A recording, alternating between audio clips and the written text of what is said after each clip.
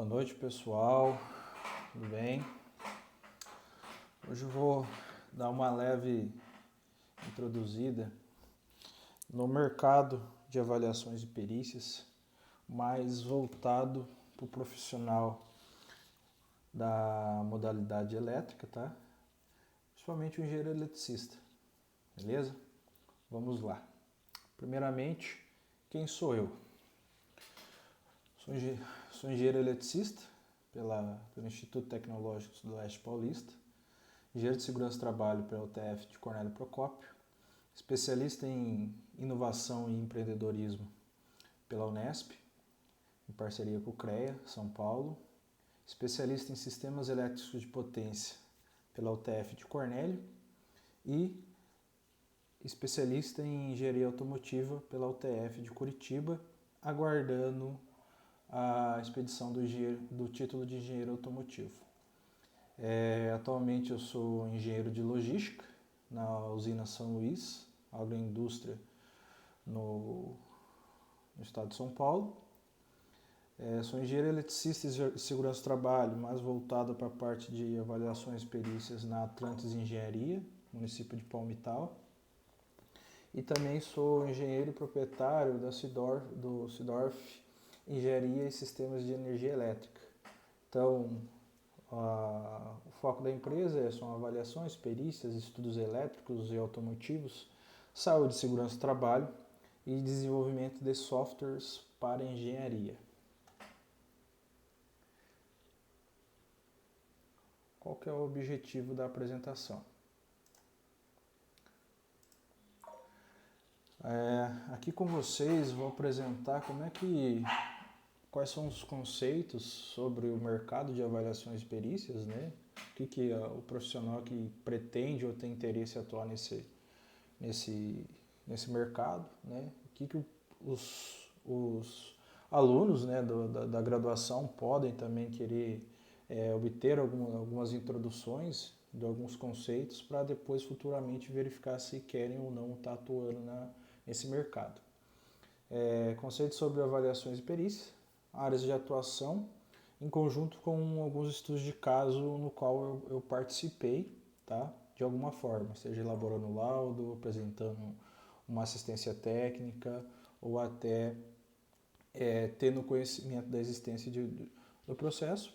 E também, se vocês tiverem dúvidas, aí ao decorrer da apresentação, a gente vai tirando dúvidas do pessoal. A profissão do engenheiro. O engenheiro é um profissional onde que ele tem um talento, né? Ele tem aptidão, uma certa capacidade de fazer aplicação do conhecimento científico, da matemática e de outros aspectos sociais e exatos. Então, no Brasil, né, temos essas 3 legislações onde que, de modo geral, ditam e regulamentam a profissão do engenheiro. Então lá são especificados o que pode, o que não pode, o que é um engenheiro, quais são as áreas de especialidade da engenharia e todas as questões das atividades que por eles podem ser desempenhadas. O engenheiro, na sua formação aqui no Brasil, ele tem um cunho generalista especialista. Quando eu falo que ele é um profissional generalista especialista, o que eu quero dizer? Ele tem uma formação generalista, então ele tem uma visão sistemática de negócios e mercados, ou da sociedade em si, né? E ele é um especialista por causa que ele tem um alto nível de conhecimento em uma determinada área. Então, ele é generalista porque ele tem que atuar ali com um todo, em compatibilidade com as outras áreas, seja com outras áreas da engenharia, com outras profissões e com outras áreas do saber do conhecimento. E, paralelamente, ele tem que também, ele é o responsável por de disseminar, por aplicar o conhecimento daquela área. Tá, e onde fica o engenheiro eletricista dentro desse meio? O engenheiro eletricista nada mais é o engenheiro, né? Que ele é um profissional generalista, então ele aplica de conceitos de física, matemática, aspectos sociais, jurídicos, econômicos, então tudo que está ali atrelado à sociedade, para a gente conviver ali de comum acordo, para a gente ter bom desempenho em gestão de produção, por fim. E também ele é especialista nas ciências do eletromagnetismo, eletricidade, energia elétrica e todas as áreas que são correlatas quando se diz a matéria de eletricidade. Então, no Brasil, né, o especialista em energia elétrica, em eletromagnetismo e todas as ciências relacionadas à eletricidade é o engenheiro eletricista. Então, nós pegamos um engenheiro, que é quem aplica o conhecimento, né, com a formação consolidada, a base ali, né, aprofundada nas ciências do eletromagnetismo e eletricidade, e faz com que essa ciência seja aplicada de forma benéfica a desenvolver tecnologia e aspectos sociais da humanidade, do meio onde o engenheiro ele tá inserido. Quando eu falo que o engenheiro eletricista ele é um especialista em elétrica, é a mesma coisa que falar que é um engenheiro perito em elétrica. Tá, mas da onde que vem essa questão dele ser perito elétrico? O que é isso? Da origem da palavra perito, nada mais é do que a pessoa que é especialista naquela área. Então, quando eu digo que a pessoa é especialista, eu posso dizer que ela é perita naquela área. Então, ela tem um vasto conhecimento, quando comparada aos demais da sociedade, no qual ela pode apresentar os seus pareceres, os seus documentos que vão ter um valor agregado devido à sua formação base, devido ao seu conhecimento e devido às suas experiências naquela área. Então, o engenheiro eletricista, o que é? Ele é um profissional, né, cuja a especialidade dele são as ciências do eletromagnetismo e ciência de energia, e no qual ele tem um vasto conhecimento. Então, ele faz a aplicação dessa ciência, né, da área elétrica, no dia a dia, na comunidade, na sociedade. Aí, a partir daí, nós temos, sabendo que ele é um profissional com vasto conhecimento, que ele faz ali a interface entre o que vem a ser o meio técnico e a sociedade, existem aspectos legais, aspectos e responsabilidades. Então, dentro delas eu vou citar para vocês as que são assim, os carros-chefes dentre os profissionais da modalidade elétrica, especificamente aqui o engenheiro eletricista. Então, primeiramente, nós temos o decreto 23569 de 1933. Em seu artigo 33, ele faz um resumo das atividades que podem ser desempenhadas pelo engenheiro eletricista. Como vocês vão ver, tem atividades relacionadas a edificações, a estradas de rodagem, construção de usinas, linhas, redes de distribuição, assuntos de engenharia legal que nós abordaremos um pouco mais para frente, vistorias, arbitramentos. Então, quando esse decreto ele foi elaborado, estava no início da regulamentação da profissão dos engenheiros. Os agrônomos, os químicos, eles já haviam algumas legislações no país, mas a partir dessa legislação que foi então intitulada as especialidades. Então nesse decreto tem lá engenheiro civil, engenheiro mecânico eletricista, agrônomo, industrial, por fim. E aí, na época, né, foram atribuídas, né, foram consignadas essas atribuições aos portadores dos diplomas de engenheiro eletricista. Tá. Aí, a partir daí, em 1973, o CONFEA, depois de ser instituído em 1964, ele diz o seguinte: bom, o engenheiro eletricista ele pode estar atuando em duas áreas. a modalidade eletrotécnica, então creio que todos conhecem que é a modalidade relacionada a sistemas de energia elétrica, sistemas de potência. Então ali você tem a utilização de sistemas elétricos com alta potência, né? E contrapartida a utilização com baixa frequência, de forma resumida. Já o artigo 9º, ele compete, né, a atribuir, né, e ali descrever as atividades que são de competência do engenheiro da modalidade eletrônica, como os engenheiros de telecomunicação, comunicação, engenheiros de computação. E essa área está relacionada com aspectos, assim, de forma a comparar, né, a alta frequência, né, e baixa potência, se podemos assim dizer. Então, nós temos ali dois mundos que lá atrás, né, em 1973, ainda estavam se desenvolvendo, muitas coisas estavam sendo descobertas, então ainda o conhecimento ele não era de certo modo convergido, como é hoje. E, em conjunto com essa resolução, né, existem as atividades que o engenheiro que possui essas atribuições que ele pode desenvolver. Então, de acordo com as matérias que são cursadas durante a graduação, né, ou nos cursos de pós-graduação, o CREA, ao analisar o seu registro, ele vai apresentar quais atividades você pode fazer, se é laudo, perícia, projeto, orçamento, execução de instalação, manutenção, enfim.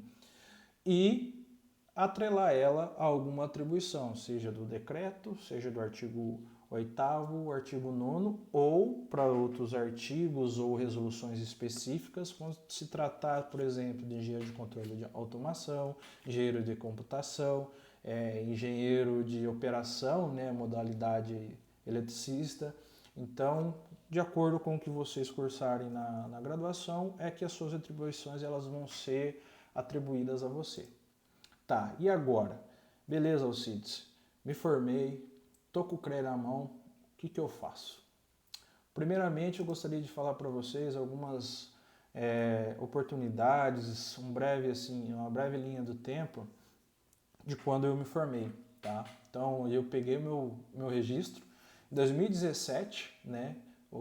Saiu em março o meu registro de engenheiro eletricista no estado de São Paulo. E nesse ano eu tive a oportunidade de fazer um projeto, né, uma homologação de um sistema VHF na região de Ourinhos. Então houve uma certa fiscalização em uma empresa, eles precisavam realizar a adequação desse sistema.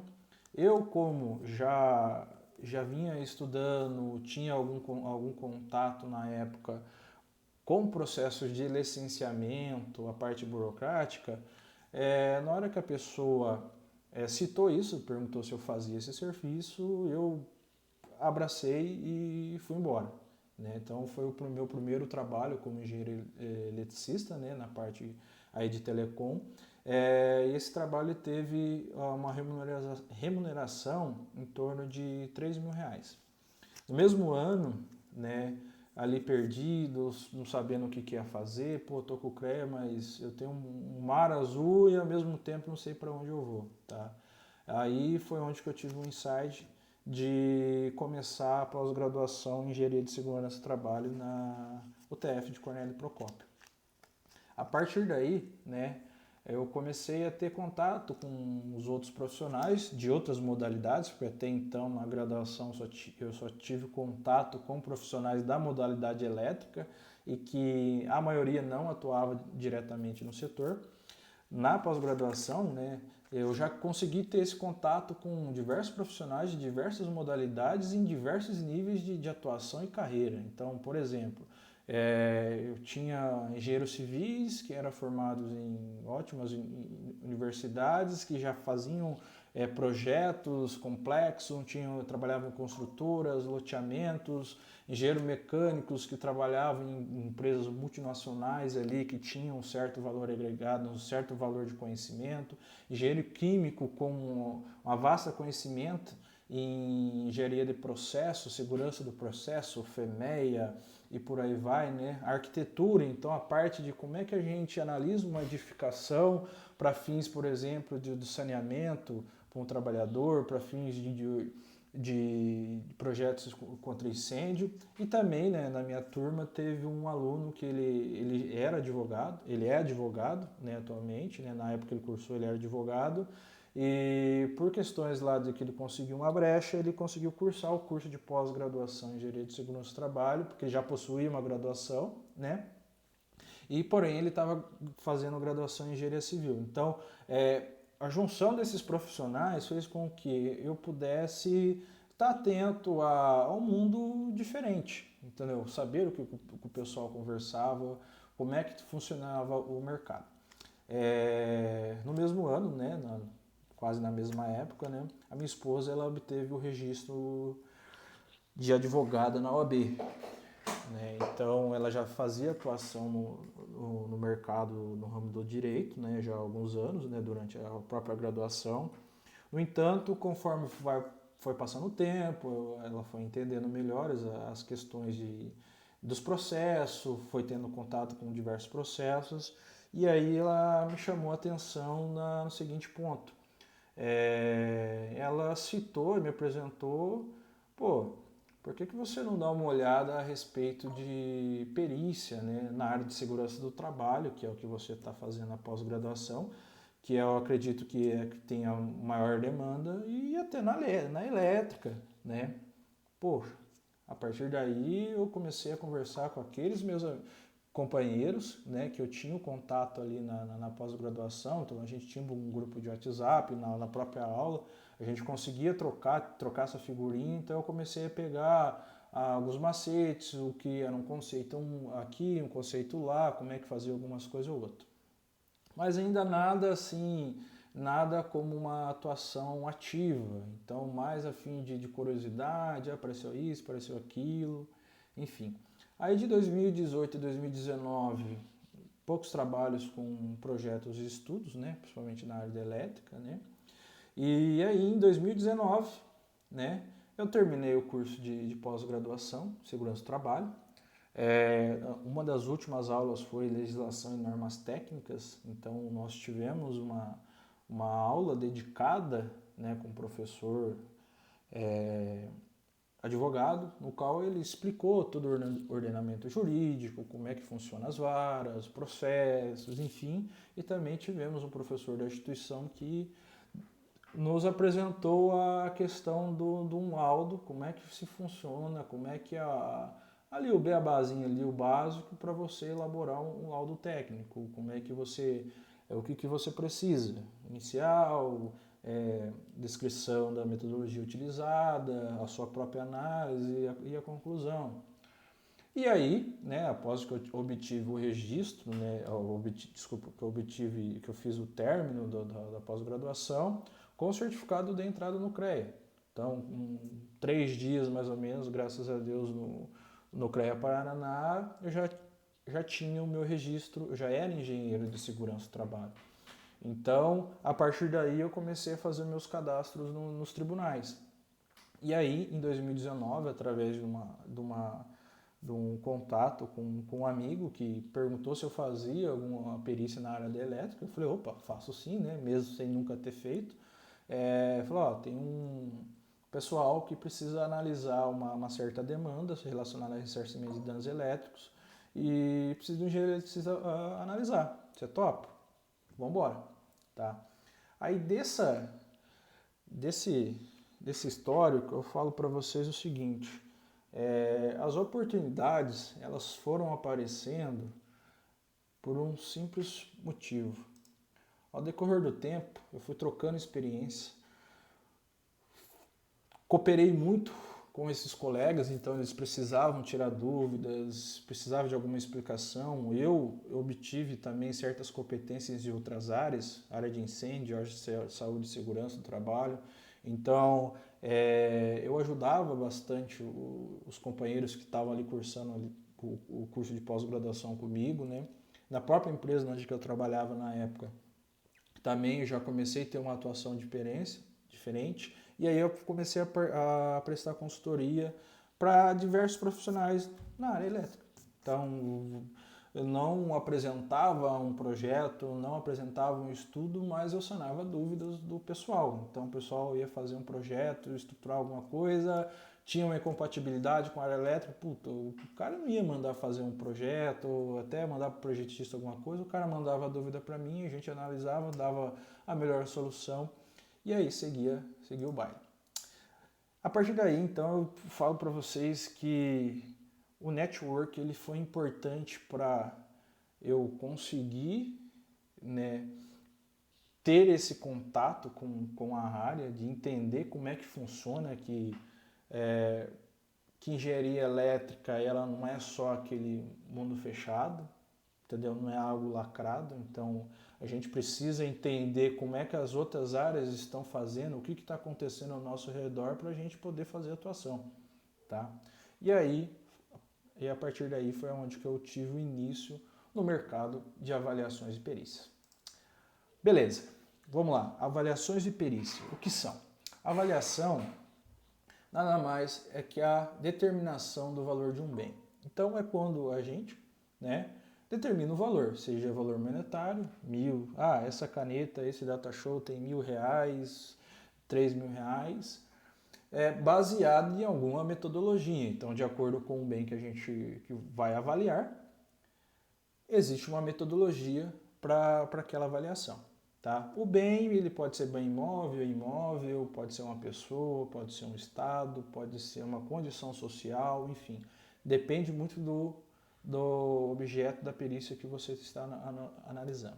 A perícia era a análise de uma situação, de um fato, né, de um acontecimento, né, redigida sob a forma de um laudo, cuja ela é determinada pela ocorrência da fundamentação, ou seja, a perícia, ao contrário de um laudo, de uma vistoria, como ela é feita, ela tem que estar fundamentada. Então, por isso que ela deriva da palavra perito, né? Então, existe uma fundamentação técnica aceitada pela comunidade técnica, pelo meio técnico, pelos especialistas, entendeu? E a partir daí é escrito um laudo. Então, um laudo nada mais é, né, que uma peça, um documento na área jurídica, no qual o perito ele apresenta o seu estudo, a sua análise. Então, o seu exame pericial, a sua inspeção, o que ele relatou, os cálculos, as imagens, por fim. É o relatório que ele elabora e depois no final ele dá a sua conclusão. Para o CONFEA existe a resolução 345, onde ele cita a questão da atuação do mercado de avaliações e perícias. Então, dentro da engenharia de avaliações e perícia, que lá atrás no decretão, como eu mencionei para vocês, existe o termo engenharia legal, que ele foi atualizado, né, para o termo a engenharia de avaliações e perícias de engenharia. Então existem essas definições. Vistoria, quando você vai no local e atesta o que existe lá, simples, sem fundamentação, sem coisa em nada. Arbitramento é quando você faz ali, existe um litígio, alguma coisa, e você tem que tomar uma decisão por alguma das partes. Isso na questão técnica. Arbitramento, o CREA ele vem trabalhando com a justiça para que isso seja possível, porque é uma forma de diminuir processos, né, judiciais e também desinchar o judiciário. A avaliação, como eu falei, a partir de um bem, você vai determinar o valor que aquele bem tem, seja um valor qualitativo, se é bom, médio, regular, enfim, existe uma métrica, ou o valor monetário, que geralmente é o mais comum. Então, você determinar, por exemplo, qual que é o valor do imóvel, qual que é o valor de um veículo, qual que é o valor de uma indústria, qual que é o valor de uma usina. Então, a partir de uma metodologia, você vai analisar o bem, né, através de aspectos técnicos, comerciais e sociais, e determinar qual que é o valor dele para a questão de uma eventual negociação.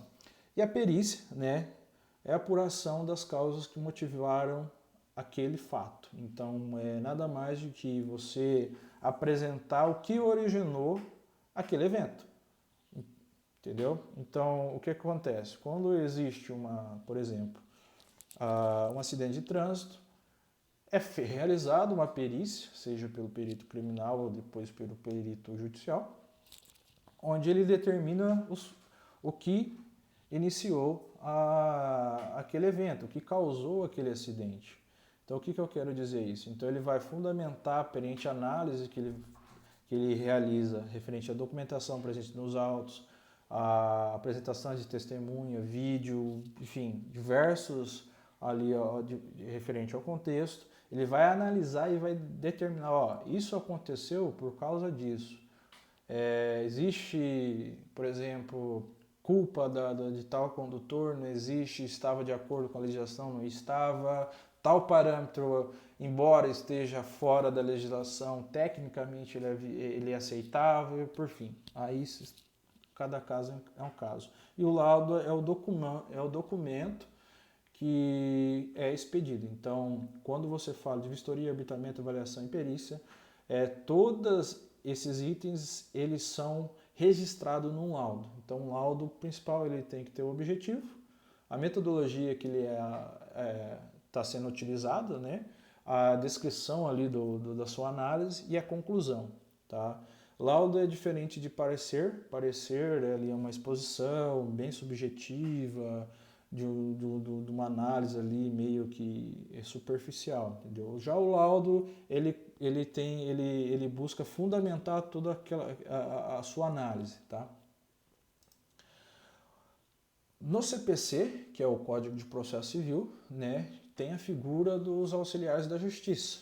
Então, tem o oficial, tem o administrador, intérprete, tradutor, mediador e tem o perito. Tá? Como eu disse, o perito é um profissional que ele tem conhecimento vasto em alguma área do saber. Então, como o juiz ele não é especialista em todas as áreas do conhecimento, o juiz ele é o perito no direito.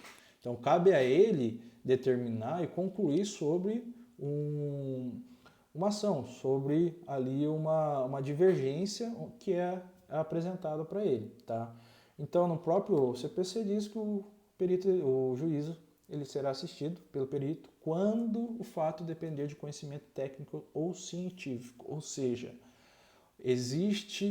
se o fato ele é um fato de natureza técnica, um acidente de trânsito, a falha de equipamento, uma explosão, um incêndio, haverá a presença de um perito. Então, o juiz ele vai ter que ser assistido para esclarecer pontos técnicos que estão contidos intrinsecamente na profissão do perito e não no juízo, que daí dá a cara da famosa perícia judicial. Então, vocês aí ao longo de 1 ano, 2 anos, vocês podem verificar nas redes sociais que aumentou a divulgação da perícia judicial porque é uma forma de renda extra, né? Existe bastante demanda e o pessoal precisou fazer um extra ali na pandemia. Então, muita gente começou a correr atrás, descobriu isso, né? E a partir disso, o pessoal começou a atuar, começou a ir atrás, deu entendimento, mas ainda existem algumas dúvidas, né? E a partir daqui da frente eu vou tentar tirar algumas delas para vocês, tá? Existem duas modalidades de perícias, né? As perícias judiciais e as extrajudiciais. Então, nesse contexto, as judiciais são aquelas que envolvem a justiça em qualquer grau, estadual ou federal. Então, vou levar a pessoa, desculpe o termo, para o pau, bateu no meu veículo, né? Queimou aqui a minha plantação, sei lá, né? Eu tive algum dano. O que acontece? A pessoa aciona os advogados e aí a partir daí é aberto um processo na justiça, né? E como existe uma pendência de análise técnica, o juiz ele chama um perito ali para apresentar o seu laudo. Por outro lado, tem as extrajudiciais, que não envolvem a justiça em qualquer grau, tá? E são, assim, são similares às atividades comuns. Então, você precisa fazer solicitar algum documento em um banco, um cartório, algum departamento, você precisa de uma assistência técnica de um equipamento, você precisa fazer uma análise prévia para verificar se vai entrar com uma demanda judicial, com um processo judicial depois. Você precisa fazer um estudo, um projeto, mas você precisa primeiro analisar a condição ali do seu parque, da sua indústria, da sua lavoura, enfim. As perícias judiciais elas são similares aos laudos que os profissionais do dia a dia apresentam. Então, ali você não tem a participação do juízo, né? Mas não há muita diferença dos documentos que são apresentados no dia a dia. Enfim, existem diversas aplicações, né? Essas são as mais comuns que eu vejo que eu tenho conhecimento. E a partir daí não tem muito o que fazer, tá? Aí vai na negociação com o seu cliente, porque aí você já trata diretamente com o seu cliente, né? É diferente a tratativa do juízo. E recebimento é diferente, os conhecimentos que são aplicados na judicial podem ser aplicados nas extrajudiciais, por fim. A diferença principal é essa, não tem a participação do juízo e ela é similar às atividades que são feitas no dia a dia. Tá? Depende muito da especificação, da demanda, para que vai ser utilizada, que daí pode ser caracterizada como a extrajudicial. Já as perícias judiciais, como eu disse, quando existe um processo, né? E tem ali a iminência de uma prova técnica, então o juiz, isso daqui, dentro da minha atribuição como juiz, eu não tenho competência para analisar profundamente, nem tecnicamente, o que de fato aconteceu, qual que é a origem desse evento, desse fato.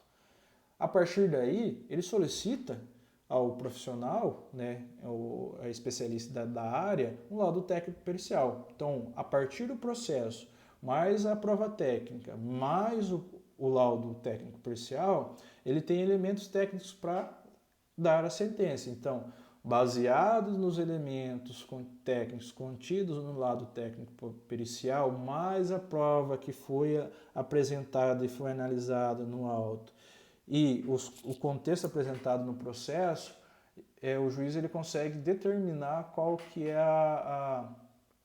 o direito da pessoa, ou seja, se faz ou não sentido o que as partes estão pleiteando, seja a nível de ressarcimento monetário, reparação de danos, cerceamento de direitos, enfim. Aí depende muito da especificidade da demanda, entendeu? Mas basicamente é isso, tá?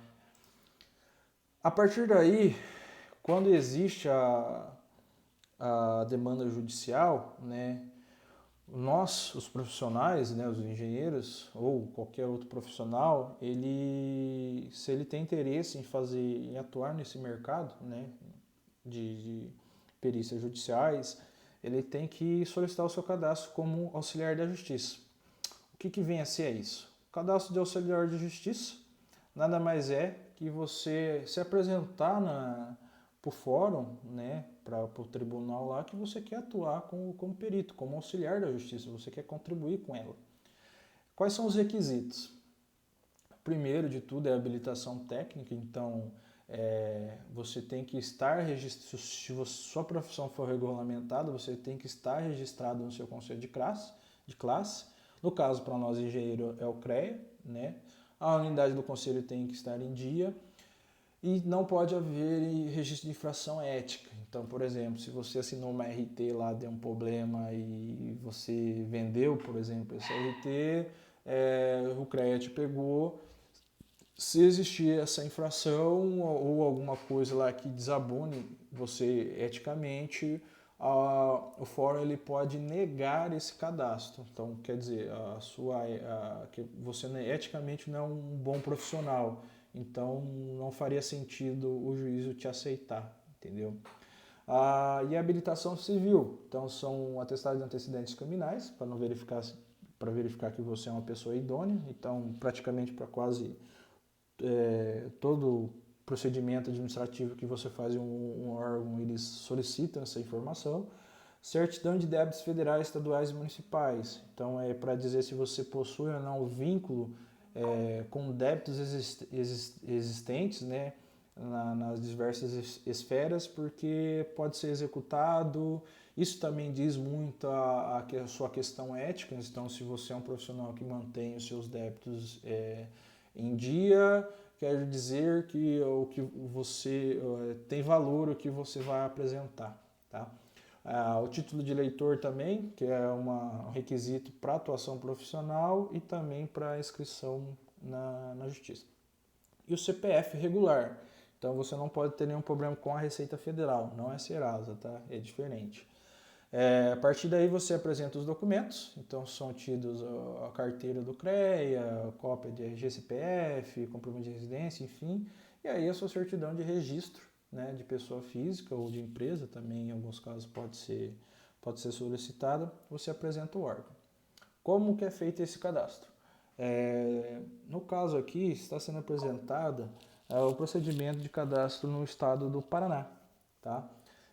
Então, no estado do Paraná existe o CAJU, que é o Cadastro de Auxiliares da Justiça. Então, todo profissional que deseja atuar como perito nas varas de competência estadual no estado do Paraná, ele tem que solicitar o cadastro. Então, ele se cadastra, primeiramente, nome, e-mail, CPF e tal. Depois apresenta as informações, então dados pessoais, as certidões, os dados profissionais e acadêmicos, se ele representa alguma entidade ou outro profissional ou não, e também se ele tem um vínculo com alguma pessoa jurídica, porque em alguns casos específicos uma pessoa jurídica, né, uma empresa, ela pode fazer também uma avaliação, uma perícia, tá? Depois ela vai para o cadastro da sua credencial, então qual a modalidade, qual tipo de auxiliar de justiça que ela quer se apresentar. Então, é um perito, se é um especialista de apoio, um leiloeiro, um corretor, um tradutor e por aí vai. Então, de acordo com o estado ou se é federal ou estadual, existem diversas credenciais. Depende muito qual é a competência daquele tribunal, entendeu? Mas a maioria são essas que estão apresentadas na apresentação.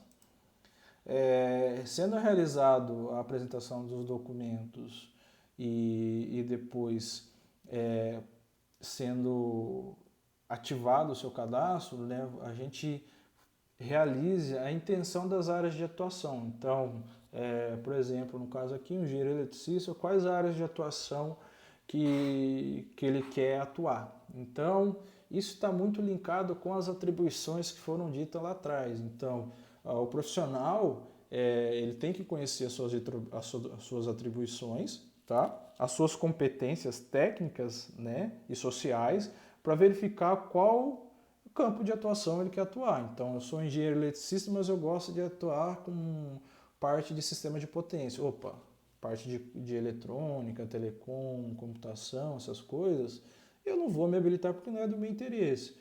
Eu sou um cara que eu sou fissurado em computação, então eu só registro a parte de computação, engenharia de computação, software, por aí vai. Então, de acordo com as minhas atribuições, com as minhas áreas de interesse, tá? E com as minhas competências, eu solicito essa habilitação. Então, cada área de atuação, você tem que ir lá se cadastrar e, na hora que você faz o cadastro daquela área de atuação, você também escolhe quais são as regiões dentro do estado que você quer atuar. Essas regiões estão relacionadas às comarcas. Então, por exemplo, a primeira seção, né, a competência dela é referente Curitiba, Almirante Tamandaré, Araucária e por aí vai. Então, quais as cidades pertencem àquela seção? Tá? Então isso é para fins de filtro, para ficar mais fácil. Às vezes tem um profissional que não gosta de atuar em determinada região, ou ele quer só atuar ali dentro da sua região, né? Então a minha sugestão é que quando for cadastrar, cadastre para todas as regiões possíveis, entendeu? Que isso aumenta a chance de nomeação, né? E de maior atuação.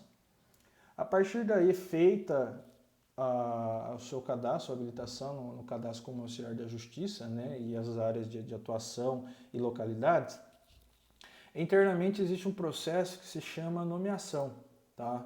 Então, houve o processo, né? Existe uma demanda que vai precisar de uma análise, de uma exigência de prova técnica, então vai precisar de que algum profissional especialista naquela área apresente um laudo. Então, o que o pessoal do fórum vai realizar? Eles vão consultar o cadastro. Então, você fez o cadastro, tem as habilitações, está tudo ok. Eles vão consultar. De acordo, essa consulta é feita na legislação através de sorteio. Então, de acordo com as áreas, de acordo com os profissionais cadastrados naquela região e para aquela especialidade, né, é feito um sorteio. Então, tipo, eu fui nomeado agora, tive essa nomeação, eu entro para o final da fila. E daí depois o profissional que está atrás de mim, ele vai receber o próximo processo da mesma área e assim vai rodando os processos em todas as varas. É feita a nomeação nos autos, então o juiz ele elabora um documento onde que ele vai falar, para essa análise existe uma demanda pericial e é esse perito, essa pessoa que vai estar fazendo a perícia, tá? E depois é feita a notificação. Então a notificação hoje, graças a Deus, né, na maioria das varas, tanto no estado de São Paulo quanto no Paraná, elas são feitas via e-mail. Então lá no cadastro existe o e-mail do perito e as intimações, comunicações com várias e alguns outros tratamentos são feitos por e-mail, tá? Então isso facilita bastante a questão da comunicação. Recebendo a nomeação, né, a intimação, aí a gente faz o acesso ao processo. Então o processo no estado do Paraná é realizado no Projut, então como vocês podem ver tem vários tipos de login ali, o nosso é a parte de peritos, advogados partes, tá? Para realizar o acesso e demais peticionamentos, a gente precisa, primeiro, estar habilitado no Projut, quem faz a habilitação é o próprio pessoal da vara, tá? Para acessar tem que ter certificado digital, porque você, na hora que faz o acesso e depois você tem que peticionar, então você precisa assinar eletronicamente todos os documentos, precisa validar que aquele documento ele é de fato seu, né, é de sua responsabilidade. Feito isso, entra no sistema, então é um portal normal, como vários tipos de sistemas, né, onde ali você tem o registro das suas atuações. Então, quantos processos estão para perícia, esse para perícia quando você foi nomeado ou está aguardando alguma movimentação, já periciados, o próprio nome diz, que já foram periciados ou já constam com movimento com perícia ok, tá? Porque às vezes tem algumas diferenças que não vale aqui mencionar, e depois o total. Né? Existem outras abas ali de intimações que você precisa responder, que você não respondeu ainda, que está vencida há mais de 30 dias, enfim. É um painel, um controle de processo. Tá?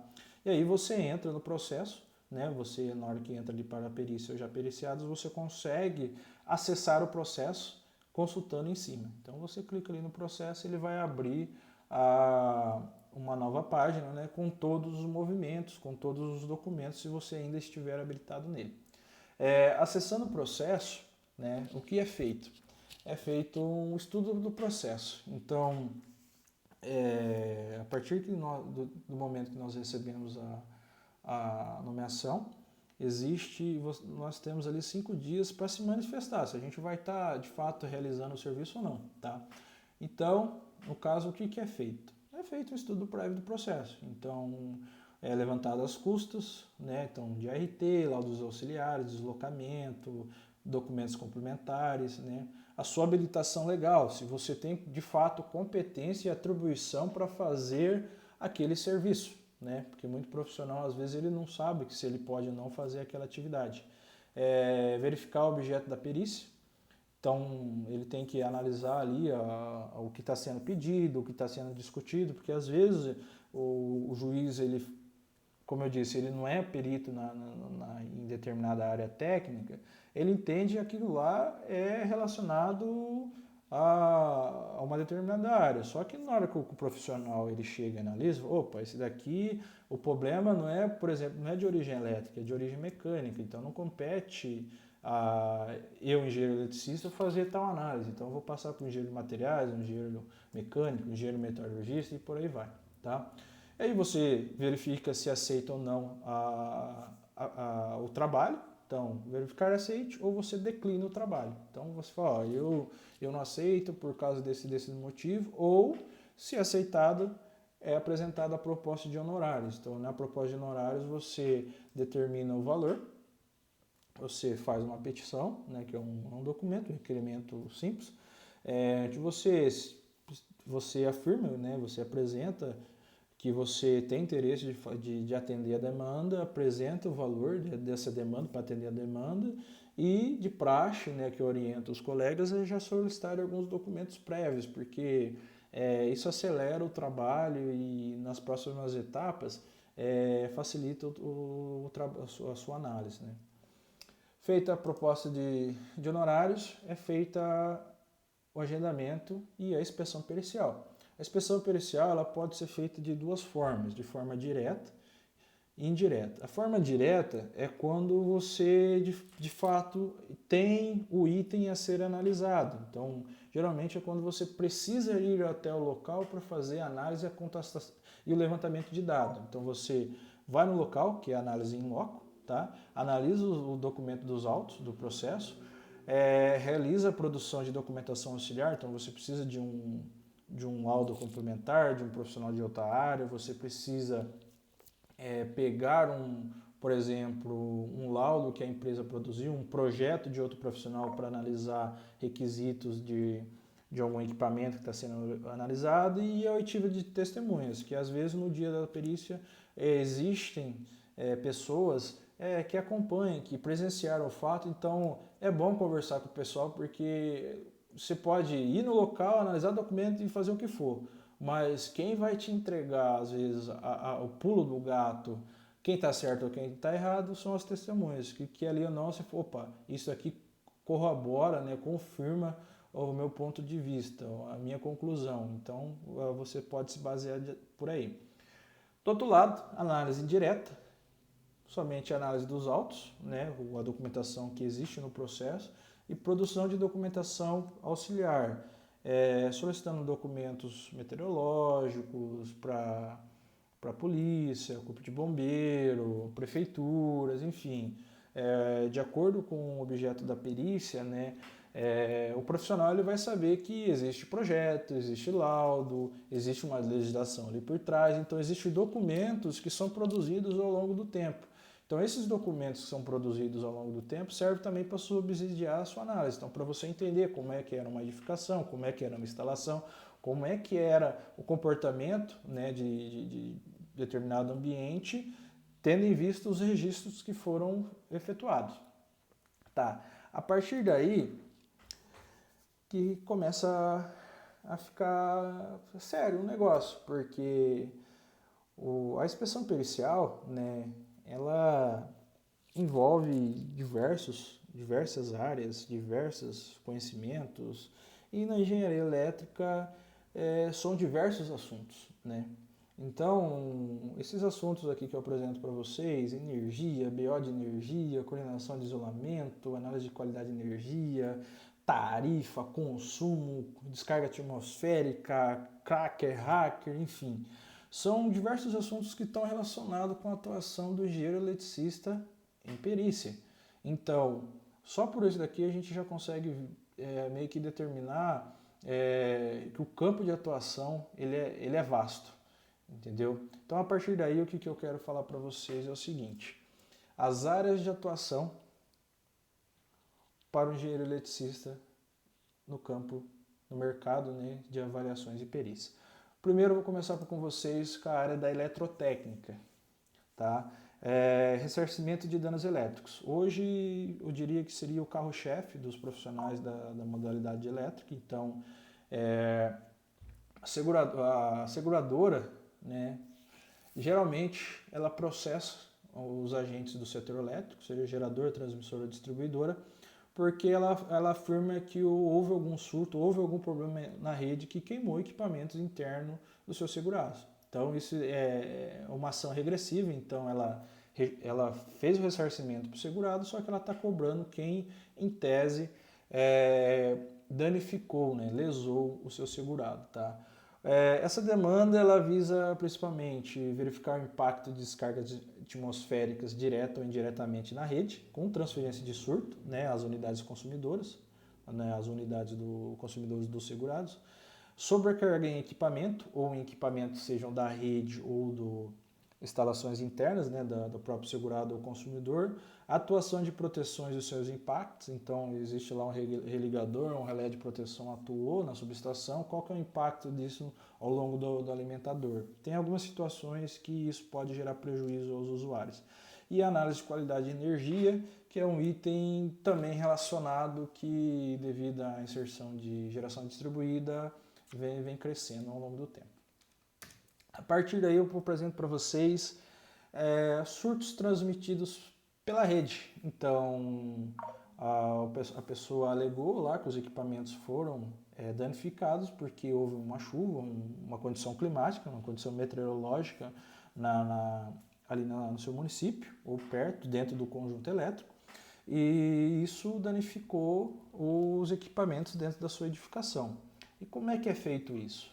Então, primeiramente, se for um surto transmitido pela rede, a gente tem que verificar qual que é a origem dele. Então, lá no estudo de transitórios eletromagnéticos, existem surtos de impulso atmosféricos, de chaveamento e por aí vai. Então, cabe a nós identificar qual tipo de surto que é esse. Na maioria dos casos, as seguradoras apresentam que os surtos são de origem meteorológica, ou seja, descargas atmosféricas.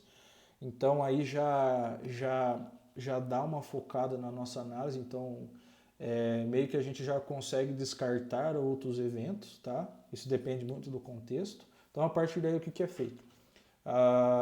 Existe um lado meteorológico, onde que ele dá a data e hora da ocorrência da descarga atmosférica, a sua latitude e longitude, o pico de corrente, que isso a gente utiliza depois para fazer a modelagem do sistema e análise das proteções, e a área de incerteza de medição elétrica. Então, o que eu quero dizer isso? Como a descarga atmosférica, a sua análise, o seu registro, ela é feita, a área de influência dela é gigantesca, questão de quilômetros, né? Os sensores, existem um erro de medição. Então, todo equipamento de medição elétrica ele tem um erro associado. Então, essa área de incerteza, ela apresenta qual que é a região que pode ter caído a descarga atmosférica. Ou seja, dentro dessa área, o centro é com mais probabilidade de ter caído lá, mas não quer dizer que lá tenha caído.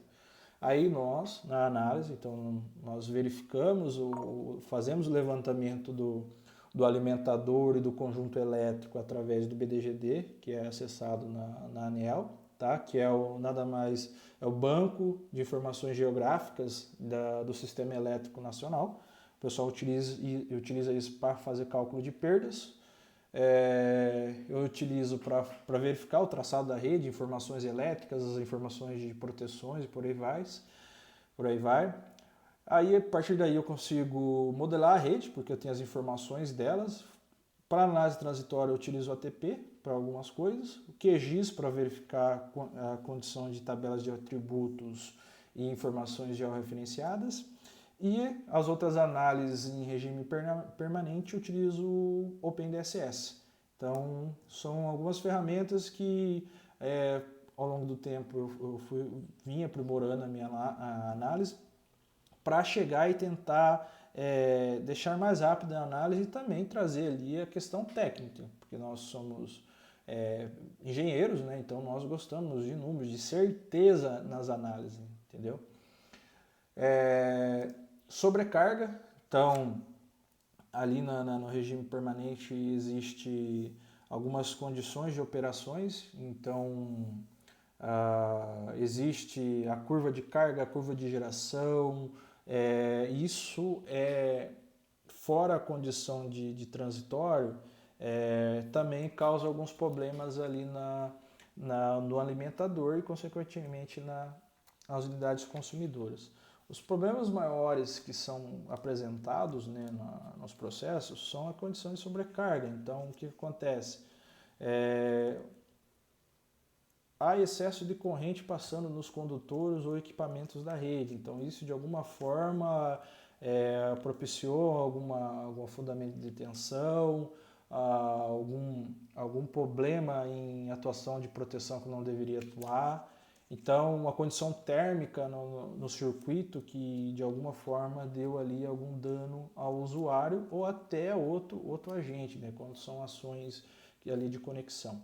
Então, nós pegamos as curvas, né, de carga principalmente e fazemos análise ali num patamar de 24 horas, 36 horas, 7 dias, ou, né, dia útil, sábado e domingo.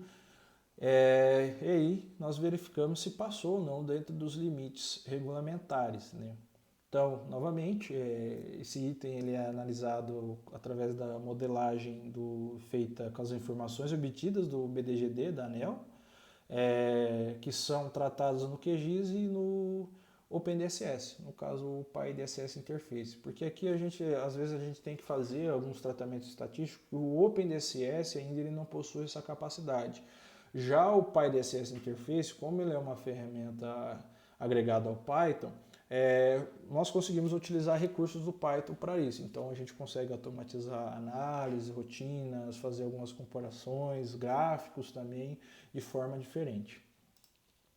Outra área que existe também é a verificação do consumo de energia elétrica. Então, a concessionária, né, principalmente, né, ela faz um estudo, né, ela tem que apurar as perdas não técnicas. Então, o que é isso? Então, perdas que de fato não estão atribuídas ao circuito, e sim a um desvio de consumo, alguma irregularidade na edificação.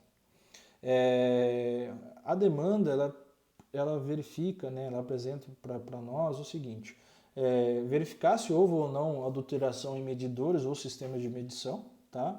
Curva de carga e demanda e a regularidade do TOI. Então, o TOI é um termo de ocorrência de inspeção, que é um documento emitido pela concessionária, é um laudo, uma espécie de um laudo, né? E onde que os agentes da concessionária eles apresentam o que foi verificado, quais são os problemas, se estava lacrado, se não estava lacrado. E a partir daí, por legislação, a concessionária ela consegue fazer as análises de quanto de energia não foi faturado e depois solicitar a sua compensação. Então aí nós temos um termo de ocorrência de inspeção, tá? Então é um documento elaborado pela concessionária, né? Então o agente foi até a edificação, fez a constatação lá que haviam problema nos lacres, né? E também que os bornes aqui da subestação aérea eles estavam desconectados. Então isso não fazia com que a medição não fosse efetivamente correta. Então a partir daí, né? Constatada ou não a questão que havia alguma irregularidade, ela emite o TOI e depois faz a cobrança dos valores. Nesse caso, foi analisado o perfil de consumo, né, ao longo do tempo, porque a unidade consumidora, nesse caso, era uma unidade consumidora irrigante, então aplicava a questão da sazonalidade da resolução 414. Sazonalidade é a diferença lá de mais 40%, alguma coisa, mais de 40% ao longo do tempo. Você tem direito a alguns descontos, diferenciação na tarifa. Tá? Então, a partir da irregularidade do que foi apresentado, né, nós temos que verificar se aquela irregularidade que foi constatada no termo de ocorrência inspeção, o TOI, ela tecnicamente faz sentido. Então, se por exemplo, se foi só a condição de lacre, se lacre é ou não é um sistema ativo de medição? Opa, ele não é, então eu não posso atrelar que a concessionária Não teve faturamento porque o lacre foi rompido, entendeu? Tecnicamente, um lacre ele não é um sistema de medição. Porém, ele é um sistema antifurto, que administrativamente ele é utilizado para combater esse tipo de incidência. Então, aí de acordo com a irregularidade, com o perfil de consumo, enfim, com o contexto, é analisado o perfil e verificado se o montante de energia que está sendo pleiteado na demanda faz sentido ou não. Balanço de energia, geração distribuída. Com a inserção massiva da geração fotovoltaica, né, meio que houve uma prostituição no mercado. Então, o que eu quero dizer com isso? Consumidores, para obter ali certa vantagem, né, pô, eu quero pagar menos energia, acaba procurando eletricistas, pedricistas, aventureiros da geração distribuída, onde os caras só querem vender, falar, o seu consumo é tanto, instala tanto aí, nós homologamos e tá com pau, vamos para frente, né? Só que existem uns problemas porque por trás da geração existem estudos técnicos que devem ser feitos, que devem ser considerados para verificar se está tudo ok. Então o que é feito? Primeiro, verificar se houve alteração ou não no sistema de medição. Então, algumas pessoas fazem a inserção ali da sua geração na sua edificação e, de alguma forma, fazem desvio, né, de como está sendo feita essa inserção no sistema da concessionária ou do consumo que está sendo realizado da concessionária. Aí a gente tem que verificar se existe alguma iminência de adulteração ou não, porque isso pode impactar no faturamento, né, na fatura. Levantar a curva de carga, geração e demanda, então verificar a curva de carga da edificação, né, da unidade consumidora que está sendo analisada, verificar o montante de geração que está sendo gerado, né, ao longo do tempo, naquele instante, e a demanda dela, porque isso, querendo ou não, dependendo do ponto de conexão, pode interferir no montante que está passando pelo medidor. Analisar os impactos relacionados à qualidade de energia, né, quando a inserção da geração fotovoltaica. Então, principalmente quando você faz a conexão, você já tem o seu padrão lá, o seu medidor homologado bidirecional, você produz 10 e você foi homologado com 10 e depois você está produzindo, por exemplo, 20, se ele não foi, o seu sistema não, se os 20 não foi homologado, o alimentador ele vai começar a ter problemas, principalmente sobre a tensão e fluxo reverso. Então isso muda a dinâmica, o comportamento do alimentador, que se o consumidor tivesse apresentado o projeto, o pessoal da concessionária conseguiria analisar aquela inserção da GD, verificar qual que é o impacto dela, né? Qual que é com aquela geração de 20, por exemplo, qual seria a capacidade de acomodação do sistema naquele ponto. Então, para daí eles fazerem as ações necessárias. Vou precisar fazer recondutoramento, vou ter que mudar o layout do circuito, enfim, vou ter que ajustar a proteção, enfim. Então, quando não há essa comunicação, que querendo ou não, ela é bem mais frequente do que a gente pensa, aí existem distúrbios, existem problemas na rede e a gente precisa verificar porque outros consumidores também têm problemas, tá? E a parte de qualidade de energia, porque dependendo do ponto de conexão onde está essa unidade geradora, ela pode ali causar uma sobretensão, ou algum problema interno, né? Uma condição harmônica dentro da instalação, e aí o responsável pela unidade consumidora ele responsabiliza a concessionária, sendo que o problema está dentro da edificação dele. Então cabe a nós determinar, analisar a origem desse problema. Aqui eu tenho para vocês, né, um processo onde que primeiramente foi homologado um sistema de 10 kWp, né? Então o cara foi lá, fez o projeto, instalou bonitinho, ele tinha uma carga de 15 kW. Então beleza, em algum momento, né, o projetista analisou lá o consumo dele e falou que isso seria necessário. Só que no meio do processo, o cara aumentou para 50 quilowatts. Opa!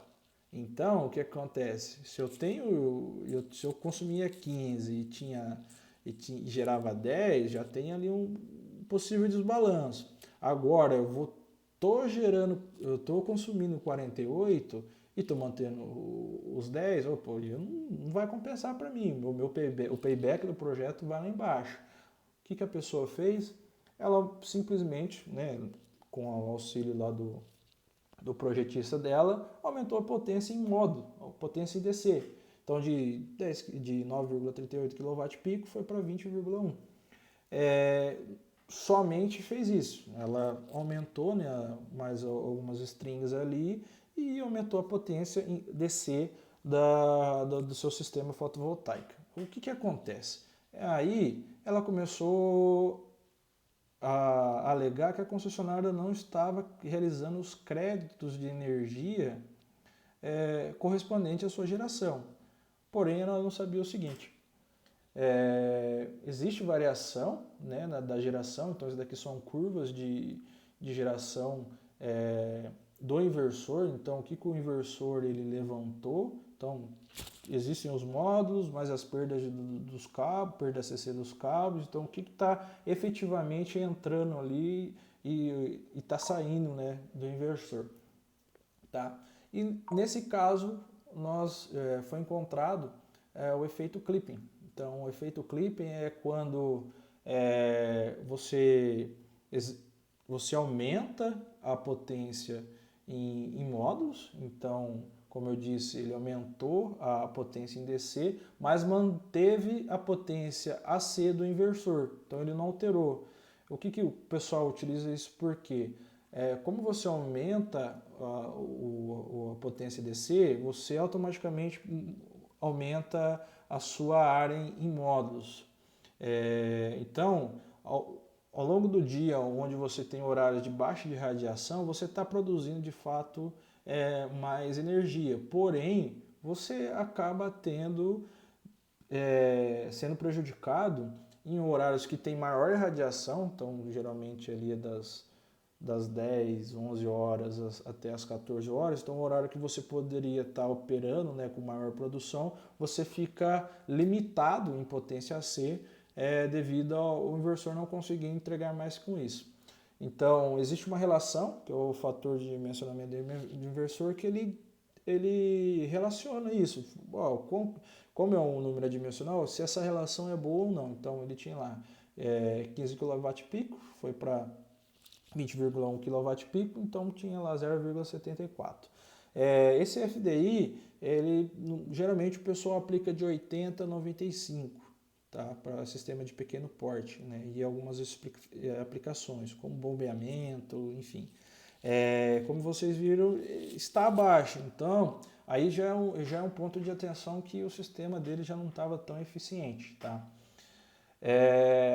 Juntamente, né, com essa análise do inversor, o efeito que aconteceu, a curva de geração dele, de entrega de potência a C, foi verificada também o que estava acontecendo na unidade consumidora, ou seja, o que ela estava requerendo da rede e o que ela estava injetando na rede, de fato. Então, precisava ser esclarecido o que estava sendo, qual que era a dinâmica ali do sistema do consumidor, para verificar se de fato existia um problema no medidor ou um problema no faturamento. Então, nesse caso aqui, ficou constatado o seguinte: ele não tinha, pelos dias que foram avaliados, né, foi uma semana, ele não tinha praticamente quase energia injetada. Ou seja, ele consumia o que ele produzia internamente, mais uma parcela da rede. Então, o que acontece? Ele acabou ficando deficitário. Então, havia uma injeção de energia na rede, porém havia uma diferença ali que precisava ser consumida, e no balanço de energia, o balanço energético, ele estava deficiente. Então, ao longo do tempo, teve que ser comparada, analisado, feito um estudo ali de economia de energia para verificar de fato o que foi gerado, o que foi registrado, o que foi faturado, para verificar as diferenças e depois explicar se de fato a concessionária ela não fez o devido crédito ou, né, houve algum problema interno à edificação, um erro de projeto, enfim. Nesse caso aqui, né, foi constatado que, como a pessoa fez o aumento de carga, o balanço geração consumo ele não foi equiparado. Então, o que acontece? Ele consome mais que gera. Então, ele tem que, foi apresentado nos autos que ele teria que realizar essa adequação, né, e depois pedir a homologação na concessionária. Acidentes. Então, são todos os acidentes de origem elétrica. Então, são com consumidores, pedestres, empresas de prestação de serviço, principalmente construção civil, tá? E agentes do setor elétrico. Tem bastante também acidente. Verificar as causas do acidente. Então, apresentar qual que é a origem do acidente. O desempenho dos sistemas de proteção, então você vai verificar, por exemplo, se um cabo caiu no chão, o porquê que a proteção não atuou, se foi por uma falta de ajuste, uma falta de alta impedância, enfim, um problema humano, né? E apurar o nexo entre o acidente e a conduta do acidentado ou danos ao patrimônio, ou seja, verificar se a pessoa que sofreu o acidente, ela teve ou não intenção, né, se ela poderia ou não evitar aquele acidente, né, ou se de fato poderia aquele acidente ser evitado, e qual é a relação, né, entre o responsável pelo sistema, no caso, na maioria das vezes, o responsável pelo sistema elétrico, né, com os danos. Então, se a pessoa faleceu, se a pessoa foi queimada, se houve incêndio, né, em áreas florestais, se houve perda de produção em alguns casos, enfim.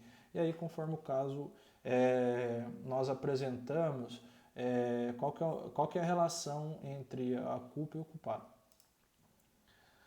Enfim, nesse caso aqui, que é bastante comum, são máquinas, né, agrícolas, principalmente colhedoras e transbordos aí em lavouras, né, onde existem a passagem de linhas de distribuição, principalmente da classe de 15 kV.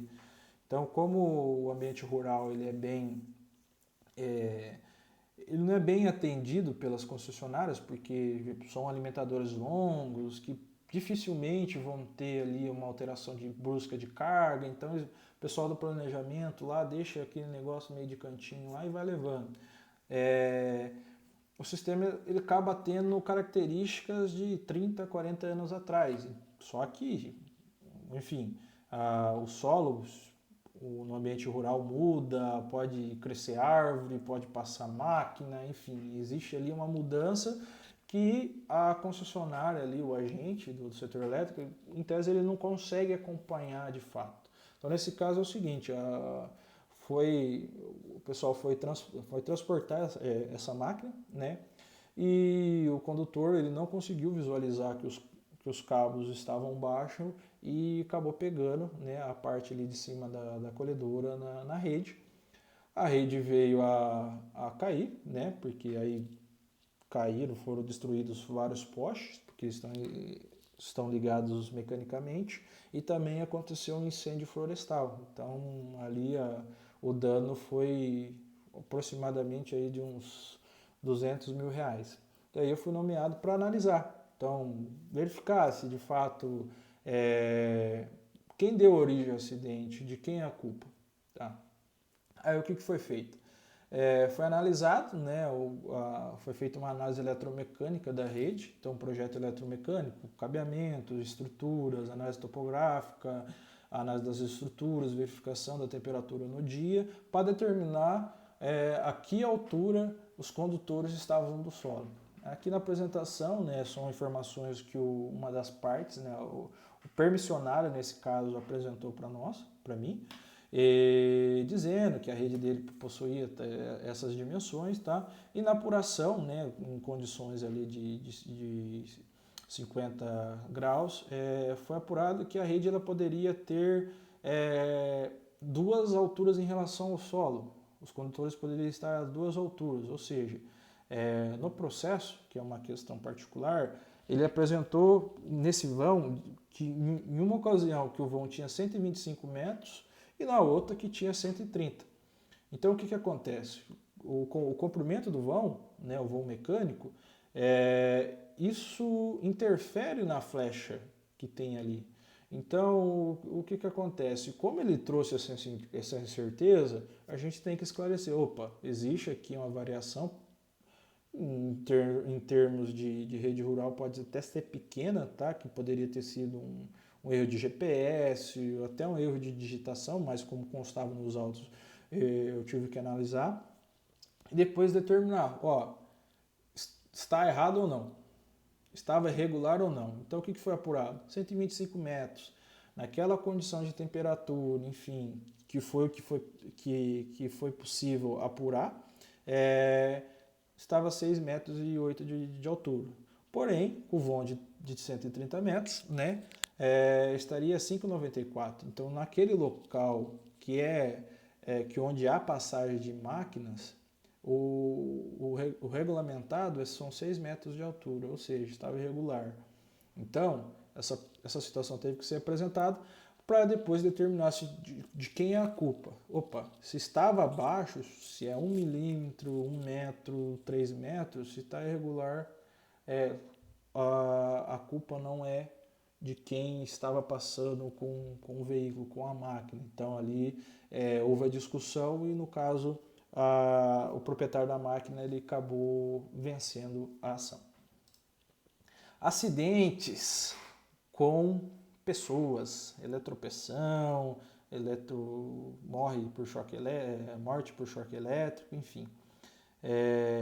São assim os processos mais complicados de se analisar, porque geralmente envolve morte de pessoas, imagens que são bem sensíveis e como vocês podem ver tem um menino de 11 anos aí, uma notícia. Então até nesse caso eu fui nomeado, né, para atuar, o processo ele está em andamento, então eu tenho que analisar o que de fato aconteceu ali porque os cabos estavam no chão, qual que era de quem é a competência da manutenção, se era do proprietário da fazenda, se era da concessionário, enfim, por que a proteção não atuou. Então são casos que pode acontecer no dia a dia, no campo, na indústria e em construções. Então, nesse caso, nós analisamos a parte do sistema de proteção, atendimento a requisitos como documentação, treinamento, EPI, por aí vai, né? E depois determina a causa do acidente. Se de fato ele poderia ser evitado, por exemplo, se tivesse sido feita uma manutenção, se tivesse alguma orientação ali no local, ou se de fato ele não poderia ser evitado. Por exemplo, caiu um raio ali no momento e houve alguma indução, alguma descarga ali que veio da rede, né, que foi ali dissipado pelo solo e a pessoa morreu.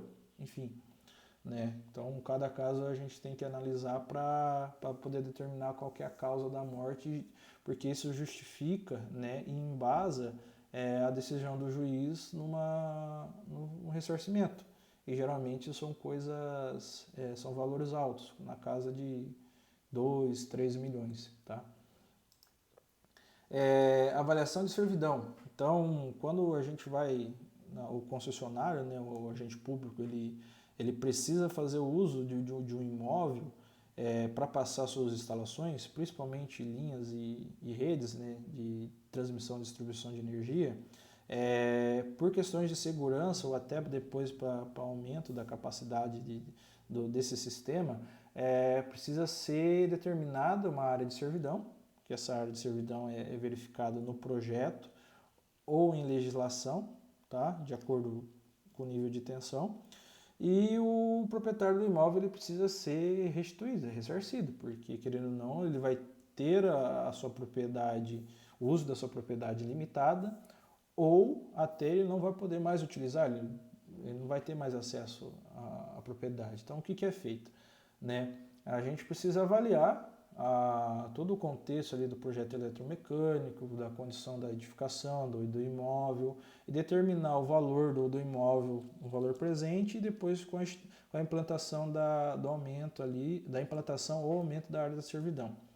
Como isso é feito? Tá? Então existe uma área, então existe um projeto onde que será feito, né, implementada a nova linha, tá? Existe um imóvel, tá? Nesse caso aqui foi uma avaliação que está em andamento, então existia uma linha de, se não me engano, 69 kV, e o pessoal vai passar para ela de 138, então isso de 15 metros de servidão vai aumentar para 30. Então o que acontece? Vai aumentar a área que o proprietário ele não vai conseguir trabalhar, não vai conseguir utilizar para algumas atividades. Então ele tem que ele é ressarcido monetariamente por causa disso. Nesse caso, foi feita uma avaliação, né, anteriormente, a concessionária fez a avaliação, né, e apresentou a proposta para os proprietários. Os proprietários não aceitaram, e aí a concessionária, como ela é um agente público, né, ela executa o direito dela de utilizar o solo. Então, se é para benefício da população, ela tem preferência e ela entra na justiça, tem todo um procedimento jurídico lá, para ela poder adentrar e executar as obras. Então, nessa etapa aqui, a gente pode ser tanto antes da avaliação lá, quando o agente concessionário ele vai fazer essa primeira proposta, né, que daí não envolve a justiça, e depois, quando a gente é nomeado, né, pelo tribunal lá, a fazer esse levantamento. Esse levantamento ele consiste no seguinte: analisar o projeto mecânico para verificar a questão de nível de tensão, disposição de torre, altura dos condutores em relação ao solo e à arborização, porque isso pode ou não impactar no valor final lá da avaliação. Levantamento da área e da área de faixa de domínio, então verificar a área que vai ser de fato vai ser impactada, porque às vezes o concessionário pode também errar no cálculo, até tentar agir de má fé. Então cabe a gente verificar e atestar, falar, não, de fato o que ele passou aqui ele vai usar, exemplo, 14 mil metros quadrados. Então a gente faz essa verificação, faz ali o estudo, faz os desenhos, né, faz a análise aerofotogramétrica para verificar essa condição. E a partir daí, não, beleza, as informações estão batendo, quer dizer que são fidedignas. A partir daí, nós sabendo a área que vai ser cedida, né, ali para a gente concessionário, nós realizamos uma pesquisa de mercado e aí é feito um tratamento estatístico, né, onde através de uma norma, a norma de avaliações e de bens, existem várias metodologias, até algoritmo genético é utilizado, né, para determinação do valor, mas é simples. É uma pesquisa de mercado, existe um tratamento ali para homogeneizar a amostra, então para dizer que como todos os imóveis, de fato eles não são iguais, mas eles têm características iguais, então nós homogeneizamos as amostras para aquelas características que são iguais e então a gente consegue comparar um imóvel com o outro, então banana com banana. Então a gente chega, por exemplo, num valor relativo de metro quadrado, que daí a gente depois só faz a extrapolação e verifica, ó, esse imóvel, de acordo com a análise feita na região, de acordo com o contexto ali apresentado, né, ele tem esse valor, sendo que você pode arbitrar até tanto tanto percentual para cima quanto para baixo. Aí tem a faixa de negociação, tá? E aí o pessoal depois dá andamento sendo aceita o valor lá da avaliação, aceita o valor, você entrega o laudo e o pessoal dá andamento na construção ou reforma da linha. Eletrônica, classificação da nomenclatura comum do Mercosul para fins fiscais. Então, quando nós, meros mortais, realizamos importação ou até compramos, empresas maiores assim, compram equipamentos, né, principalmente equipamentos eletroeletrônicos, Na nota fiscal existe um número lá, né, que no Mercosul você consegue identificar ele em qualquer país pertencente ao Mercosul. Só que esse número, esse enquadramento, essa classificação, também está atrelado à tributação. Então imagine vocês realizarem a importação do equipamento, ele ser de uma determinada tecnologia, enfim, ter ali um certo funcionamento, mas ele ser enquadrado numa tributação maior. Então, às vezes, para quem traz equipamentos de fora, como é no caso de eletroeletrônicos, isso impacta muito no valor que é pago na Receita Federal, na aduana, e tem gente que leva isso à justiça, né? Ou também faz o processo em conjunto para reanálise da Receita Federal. Como que isso é feito? Então você tem ali o equipamento. Então no caso aqui que aí durante a pandemia que teve bastante foi a explosão dos podcasts, então o pessoal começou a importar bastante equipamento eletroeletrônico para fazer as videoconferências, os podcasts, enfim, as edições, entendeu? Então a Receita ela classifica aquele item, ó, esse item aqui para mim é esse, entendeu? Mas aí o contador, no caso, né, quem tá, o despachante aduaneiro lá, ele tem que entender um pouco da utilização e da confecção daquele equipamento para dizer se de fato faz sentido ou não a alíquota do tributo que está sendo aplicado. Então, de acordo com o sistema, né, é feita a classificação dele e depois é apresentada qual que é a alíquota de tributo em cima. Então, aqui tem um caso onde foi analisado por uma empresa de São Paulo, onde vieram diversos equipamentos, gravadores, videoconferência, enfim, câmeras, e aí foi feita uma classificação, né, pela Receita, só que, segundo ela, havia algumas diferenças internas, né, nesses equipamentos novos que ela fez a aquisição, que poderiam beneficiar ela em questão de tributos, questões fiscais. Então, nesse caso, é simples, é pegar o manual do fabricante, né, o manual do usuário, o manual de serviço, os esquemas elétricos e analisar o que está acontecendo ali. Porque, por exemplo, no smartphone ele tem várias funções. Então ele pode ser um gravador, ele pode ser um equipamento de videochamada, ele pode ser um roteador. Então ele tem várias funções agregadas, mas o que de fato o classifica, qual que é a função principal dele?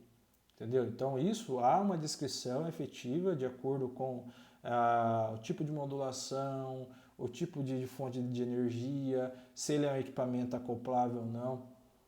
Então, a partir dessas características construtivas e operacionais e de utilização, é feita essa classificação e aí determinado depois o valor do tributo.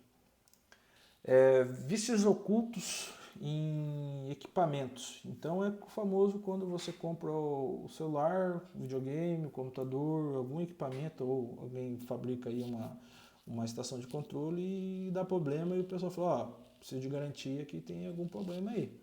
Tá? Então nada menos é que avaliar se existe alguma relação, né, com algum defeito de fabricação que o revendedor ou o próprio fabricante não deu assistência. Tá? Nesse caso era um problema de ressarcimento de danos elétricos que foi onde eu constatei a presença de vícios ocultos. Então, nesse caso aí, já existia em fóruns, até na própria datasheet, tinha alguns problemas de dissipação de calor. Então, devido às condições operativas do próprio televisor, o equipamento ele sobreaqueceu, né, e veio a danificar.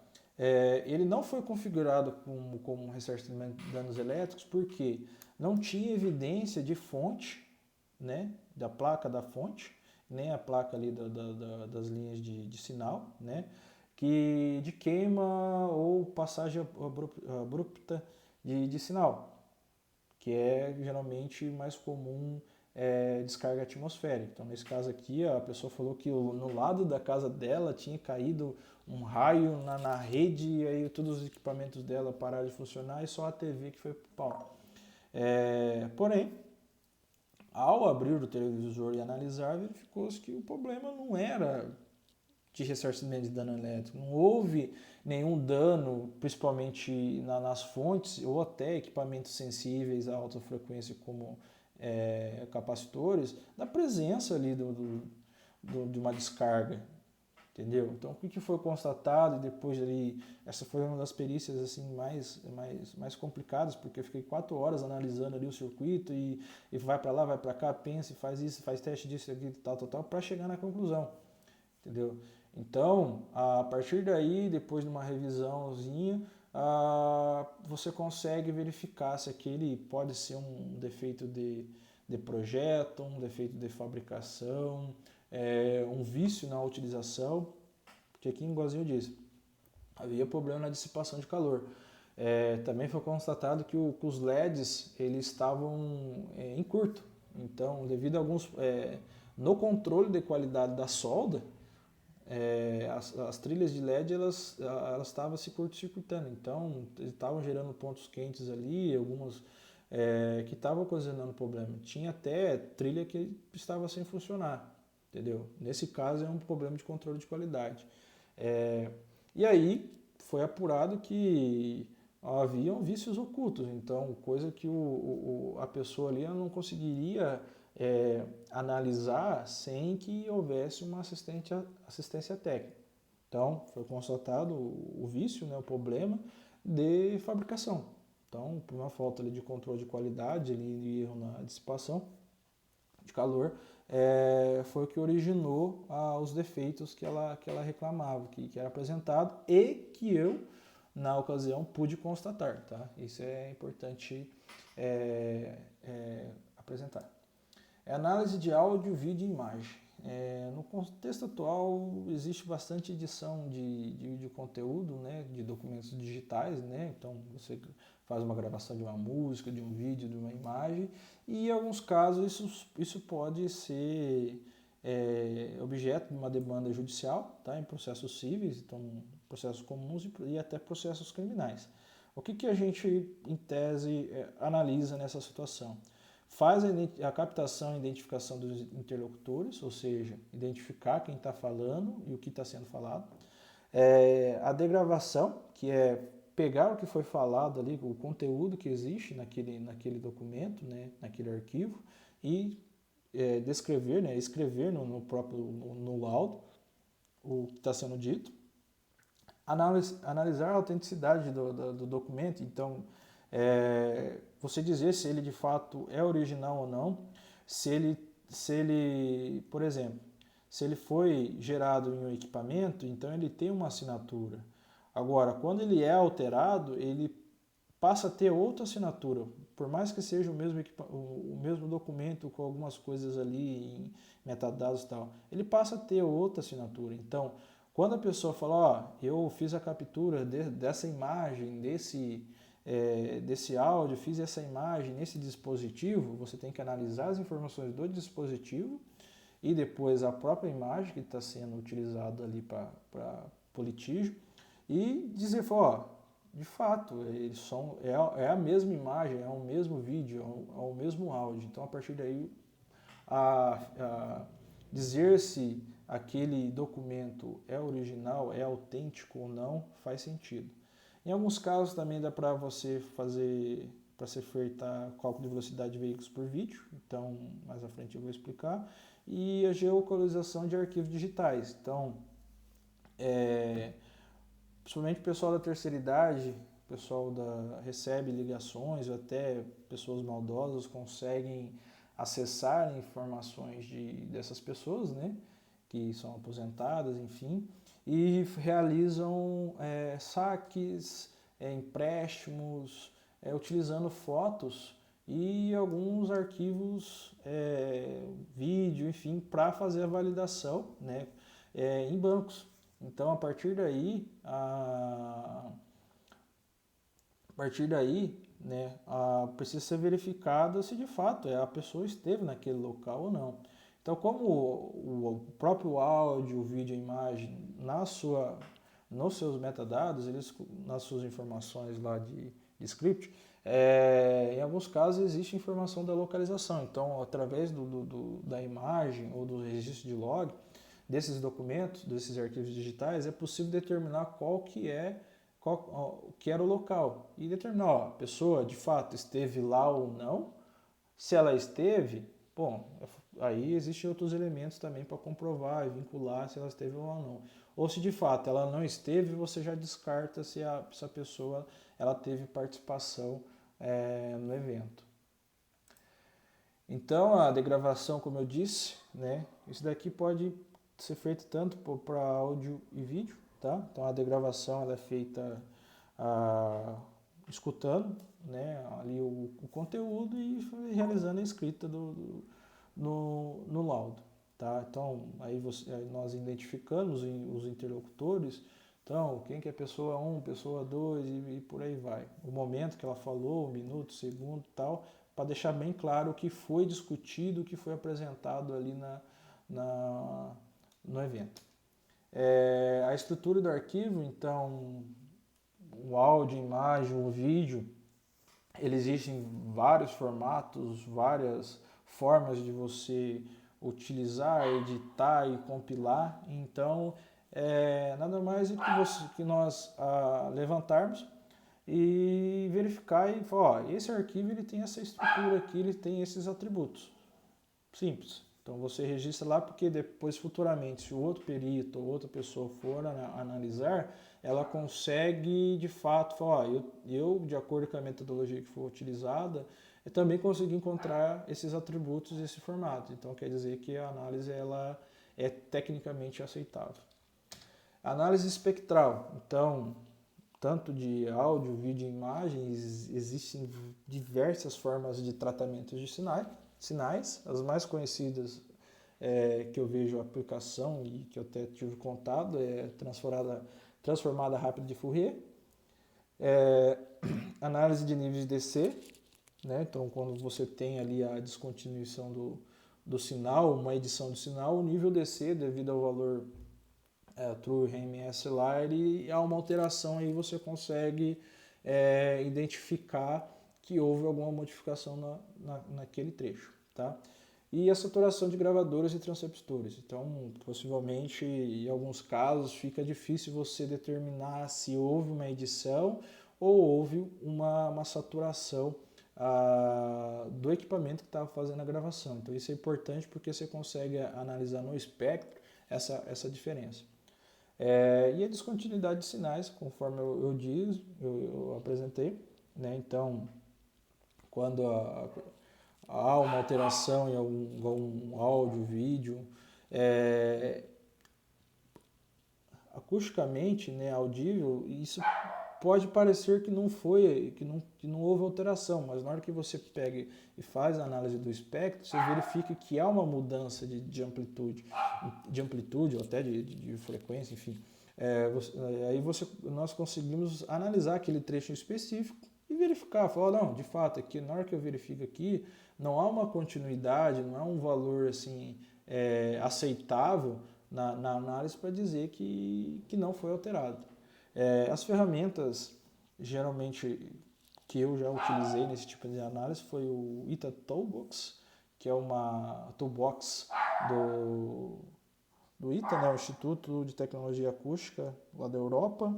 Então ele tem várias funções para analisar acusticamente, né, um sinal. O MATLAB, né, com as suas bibliotecas, Simulink, etc. E o LibreOsa, que eu estou começando a implantar. Então, é uma biblioteca Python que faz essa análise de áudio, por enquanto, né? Então, a gente consegue pegar essas informações ali de forma automática. Então, meio que eu consigo automatizar as rotinas de análise. Levantamento do hash dos arquivos. Então, o hash ele é uma assinatura, como eu disse, todo documento ele tem para dizer se ele teve ou não uma autenticidade, você precisa analisar principalmente qual que é o hash dele.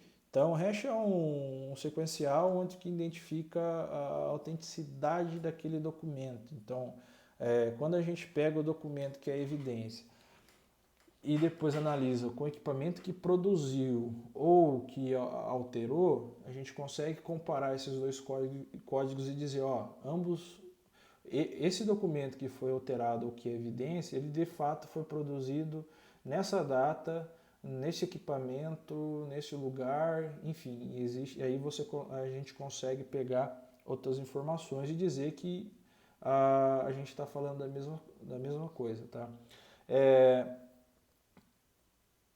Esse sequencial ele pode ser encontrado, né, nos equipamentos de gravação, né, e também nos arquivos que forem editados ou nos arquivos originais. Geralmente existe mais de um código hash, então depende muito do equipamento, do software de análise de computação forense que você está utilizando, que ele pode te extrair essa informação ou não, tá? Eu geralmente utilizo o Autopsy para fazer algumas análises, então fica mais fácil porque ele já te dá essas informações de forma meio que já automática. Cálculo de velocidade de veículos, né? Então existe um acidente, uma multa, algum evento ali onde houve emprego de velocidade que precisa ser analisada na demanda pericial. Então já é usual, né, ser utilizada a análise do vídeo, então devido a informações da captação da imagem, do processamento dela, da análise do local da via, aí é verificado os pixels, né, que são registrados no momento, é feito um cálculo, né, de acordo com essas variáveis e depois determinado qual que é a velocidade do veículo.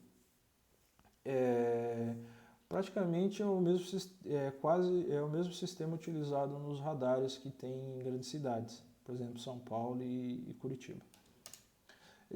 Geolocalização, conforme eu informei, que é a verificação, né, da onde que foi gerado aquele arquivo, então para comprovar se de fato a pessoa estava lá, num caixa, por exemplo, ou até numa assinatura eletrônica no computador.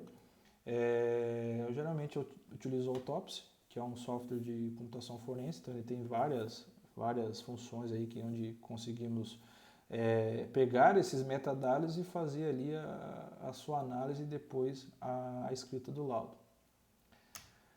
Teste de qualidade de software. Isso aqui o pessoal da computação vai gostar bastante porque devido aí o boom que teve na área, né? Software, aplicativo, para lá e para cá, e uma hora dá problema, porque muita gente ainda não tem os conceitos lá, né, de como que deve ser feito um código limpo, uma aplicação. Às vezes você tem problema de infraestrutura física e não lógica, então, enfim, aí existem as cobranças, as demandas judiciais que o cara não pagou porque não pagou o proprietário do software porque estava com problema. Enfim, aí alguém precisa ir lá e analisar. Então, basicamente, para mim, acho que é a área mais complicada, mais difícil de ser realizada uma perícia hoje em dia, devido porque é uma área, assim, para quem gosta mesmo, para você testar um software, é totalmente diferente de você desenvolver. Então, assim, eu nem tenho ainda muita bagagem disso. Eu estou com um caso para ser analisado, que eu estou estudando o caso ainda para verificar como é que eu vou dar andamento nessa análise, entendeu? Então, eu preciso verificar se os problemas que foram relatados pelo usuário, né, que motivaram ele a não fazer o pagamento e contratar outra ferramenta similar, né, fazem sentido ou não. Então, é um ponto de atenção aí que vai estar dando bastante demanda para o pessoal da área, seja tanto da parte de TI, né, de computação, e até para o pessoal da engenharia. Área de edificações, incêndio. Então, geralmente seguradora faz a cobertura dos danos, né, de incêndio, ou às vezes ela não paga. Então o segurado vai lá e abre um processo contra ela. Então precisa ser verificada a origem do incêndio. Então, nesse caso, o perito ele vai lá, ele investiga o incêndio. Então, foi um problema de problema elétrico na instalação, que geralmente é 95% das declarações, né, dos segurados referente a esse tipo de evento. Houve uma falta de controle de fonte de ignição, por exemplo, uma solda que foi feita num lugar diferente, enfim, deu um incêndio ou uma explosão. Então, nós, como engenheiro eletricista, nós também podemos fazer a investigação desse tipo de evento. Então, determinar as causas, os efeitos dele, levantar de fato quem tem culpa na origem do incêndio. É comum também o pessoal dar golpe em seguros. Então, a pessoa de alguma forma taca fogo em alguma parte da casa e depois queima os condutores e fala que foi problema elétrico. Então aí o engenheiro eletricista ele tem que ter ali a ciência do fogo meio que debaixo do braço também para verificar se de fato há ou não uma sobrecarga, né, que deu um curto, alguma coisa que depois evoluiu para algum incêndio. Análise de instalações que utilizam energia. Então, qualquer instalação, equipamento que utilize energia elétrica, por atribuição, nós temos competência para fazer essa análise. Então, problemas de instalação elétrica, eletromecânica, hidráulica e edificações. Se você está lá no decretão, nas resoluções, nós podemos utilizar. Porém, eu falo que às vezes o problema que existe ali, ele de fato não é da especialidade elétrica. Às vezes é um problema mecânico, é um problema produtivo, é um problema de segurança de trabalho, enfim. É um problema que não está diretamente relacionado ao profissional, né, da área elétrica, né, mas ele, por atribuição legal, ele pode estar fazendo. Então, nesse caso, nós podemos atestar, né, eu até fiz já recentemente um processo de verificar problemas em uma bomba de uma piscina spa. Então, foi feita análise de vibração, enfim, algumas coisas assim nesse sentido, verificar o funcionamento e testar qual era o problema. Tá? Nesse caso tem que se atentar para não extrapolar os limites da atuação profissional, porque senão daí vai ter problema com o CREA e o seu serviço ele pode ser validado. Para o setor automotivo, principalmente para o pessoal da eletrônica, análise de OBD. Então, o OBD é um protocolo, né, utilizado em veículos, que o pessoal utiliza para fazer diagnóstico. Esse tipo de diagnóstico ele vem sendo utilizado bastante para investigação de acidente, dinâmica veicular e até aspectos de garantia. Então, quando existe algum problema relacionado a essas três áreas e existe uma demanda judicial, nós podemos estar atuando, né? Nós fazemos atuação e analisamos os sinais que são gerados a partir desse protocolo. De acordo com o fabricante, máquina, enfim, existe a forma de fazer a requisição, de fazer o registro de log, seja por um evento de ABS, por rede câncer, enfim, um oceano azul também, porém isso daí já é frequente, tá? Também já fiz alguns trabalhos, tá? Como analisar ali qual que era a velocidade de impacto no acidente de trânsito, tá? Conversão de veículos, então com o advento aí da eletromobilidade, né, da mobilidade elétrica, né, novamente, o pessoal começou a alterar os veículos de combustão interna para elétrico ou híbrido. Só que como é uma tecnologia emergente, nova, né, principalmente no Brasil, existem ainda problemas de projeto, fabricação, enfim. E aí, como não há um profissional 100% dedicado a veículos elétricos, cabem também aos engenheiros eletricistas fazer esse tipo de análise, porque são componentes e máquinas elétricas que estão ali dentro do veículo. Então, não foge muito da área de atuação e também o escopo ali da análise fosse como se estivéssemos analisando um equipamento estático, tá? Análise de bateria, eletropostos, enfim, aí dependendo da especificidade do objeto da perícia é onde que vai ser atacado, né? Vai ser levantado a demanda. Então, deu um problema ali no inversor, o motor deu pau, pegou fogo na bateria, o que aconteceu, entendeu? Então, nesses casos aí, já é levantado essas condições e cabe a nós apresentar as origens desses eventos, né, e depois a atribuir de quem é o problema, se é do fabricante do veículo, da parte mecânica, se é do implementador, se é do transformador, quando se trata de conversão de veículos, ou até do usuário. Às vezes o usuário, de alguma forma, lá não fez alguma manutenção básica e aí deu problema. Galera, então, dessas áreas aí, são as áreas que eu tive mais contato e tenho até um certo conhecimento, né, em aplicação em alguns casos. E não adianta nada apresentar para vocês as áreas e não falar do valor envolvido, do cash, money. Então vamos lá. Das áreas, né, que eu apresentei para você, eu coloquei os valores assim que eu pratico e que eu tenho também conhecimento que alguns colegas praticaram. O valor mínimo ali que eu coloquei é porque tem alguns processos que são da justiça gratuita. A justiça gratuita, em alguns estados ou tribunais, né, dependendo do objeto da perícia, são valores tabelados, né, que são valores bem baixos e também demora um pouco para a gente receber, mas recebe, entendeu? Então, por isso que acaba sendo um valor mínimo ali. Esse valor é do 292, é do Estado de São Paulo, tá? E depende muito das partes. Uma parte que não tem condições. Então, daí a justiça, o Estado arca, né? Ou a federação arca com os honorários. E aí você recebe depois a demanda, tá? O tempo médio entre a nomeação e recebimento dos honorários totais, então, por receber tudo, é de 2 a 8 meses, tá?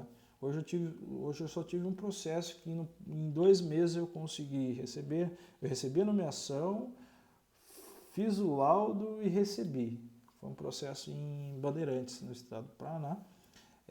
Os outros estão na faixa de 8 meses, tá? Apresento para vocês também meu último levantamento, tá?